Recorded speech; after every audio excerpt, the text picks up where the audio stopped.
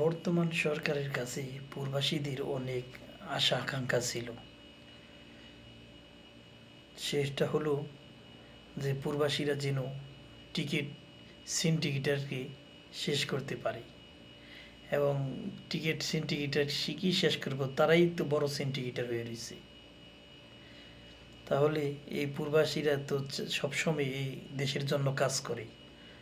তাহলে তো প্রবাসীরা আপনাদের কাছে আশা করতে পারে যে যাতে টিকিটের দামটা একটু কমানো যায়। এই যে বাংলাদেশ থেকে যে নতুন লোকজন আসে, যে মেডিকেল আপনারা জানেন না, তারে মেডিকেল থেকে আনফিট দিয়ে দেয়, সেদিকে একটু লক্ষ্য রাখা এবং কিভাবে অল্প খরচে প্রবাসী লোকজন পাঠানো যায় সেদিকে লক্ষ্য রাখা।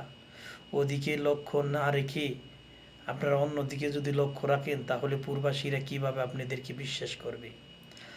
আপনাদেরকে বিশ্বাস করার কারণ যে এই সরকার গেছে, আরেক সরকার হয়তো ইউনিট সরকার ক্ষমতা পেয়েছে যে দেশের অর্থনৈতিক অবস্থা খুব ভালো হবে এবং মানুষ খুব সুখে শান্তিতে থাকবে, তাই না? কিন্তু তা না করে আপনারা প্রবাসীর দিকে না থেকে আপনারা অন্যদিকে তাকান। যারা দুর্নীতিবাজ করে, এই যে টিকিট যারা সিন্ডিকেটার আছে, টিকিটের সাথে দুর্নীতির সাথে জড়িত, তাদেরকে আজ পর্যন্ত আপনারা কোনো ব্যবস্থা নিতে পারলেন না। যে টিকিট আমাদের পার্শ্ববর্তী দেশ পাকিস্তান থেকে, বাংলাদেশ থেকে একজন লোক কম খরচে এই প্রবাসে আসে, তার থেকে 2 গুণ টাকা বেশি যায় আমাদের বাংলাদেশ থেকে আসলে। তো এদিকে তো আপনাদের লক্ষ্য রাখতে হবে যে কী কারণে বাংলাদেশ থেকে লোক প্রবাসী আসলে টাকা পয়সা বেশি লাগে। ওইদিকে আপনাদের কারো নজর নাই, নজর আছে খালি প্রবাসীরা রেমিটেন্স পাঠাও, রেমিটেন্স পাঠাও।